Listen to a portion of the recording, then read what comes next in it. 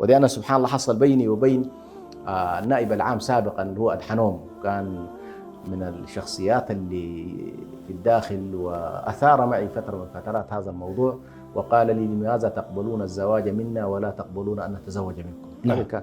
هو توفى على كل وانتقل إلى الآخرة، لكن كان هذا السؤال يؤرقه وهو كان نائب عام.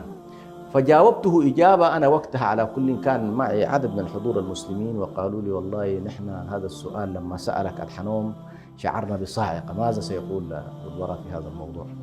فأنا ما جاوبت إجابة، قلت له أنت طبعا الآن لا تسألني عن الشريعة، لأنك عارف واضح من كلامك أنك أنت الشريعة تمنع.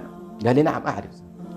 قلت له طيب تقبل الآن أن أجيبك إجابة فيها بعد عن الجانب الشرعي؟ قال لي لا مانع عندي. قال لي، قلت له أنت رئيس تنظيم وأمامك شخص آخر رئيس تنظيم، وقال لك يا أدحنوم والله لا أعترف بتنظيمك ولا بشخصيتك الاعتباري ولا تعني عندي شيء، بينما أنت تعترف بشريعة، تعترف بتنظيمه وتعطيه اعتبار، وقابلته بناء على أنه هو رئيس تنظيم. قلت له هذه الحالة تتقبلها؟ قال لي لا أتقبلها ولا أجالس معه أصلا. قلت له جميل، طيب نحن نعترف بالمسيح أنه رسول الله وأنه كذا، والمسيحية إنما تأتينا حتى وإن اختلفنا مع دينها، لكن لا نسيء لرسولها، نعتبر عيسى ومريم بالنسبة لنا مقدس، ما قابل ثم شريعتنا لا تمنع من أن الزوج الذي يتزوج بمسيحية ممكن يوصلها إلى الكنيسة ويرجع منها، فيرجع إليها بعد ساعة وقد أدت صلاتها في كنيستها. الله احترم دينها. قلت له تصور أنت المسيحي لما أنا أعطيك المسلمة تقول لها لا أؤمن برسولك ولا بكتابك ولا دينك عندي يعني شيء، كيف أعطيك امرأة؟ الله. قال لي كلامك صحيح. الله. قلت له يا شيخنا القضية ليست هذه واحدة.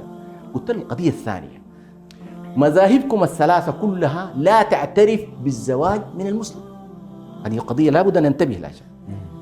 المسيحية هي فيما بينها لا تعترف بالتزاوج، فكيف ستعترف بالزواج من إيه؟ من المسلمة. من المسلمة. الزواج باطل. يعني النصراني نفسه هو أصلا هو خارج عن دينه. أحسنت، خارج عن دينه، فلا بدينه عمل ولا بديننا عمل. أيوة. قلت له أما نحن شريعتنا تتقبل الزواج منها من المسيحية هذه، فالابن لا يكون مرفوض من الطرفين،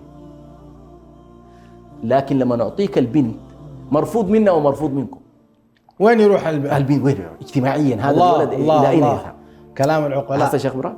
فأنا قلت الآن ليست القضية، لا أناقشك، خلينا الآن نحلل الموضوع. كأنت رجل ما شاء الله رجل قانون، معناها بتعمل الشأن الاجتماعي قال فعلا، قال لي صحيح.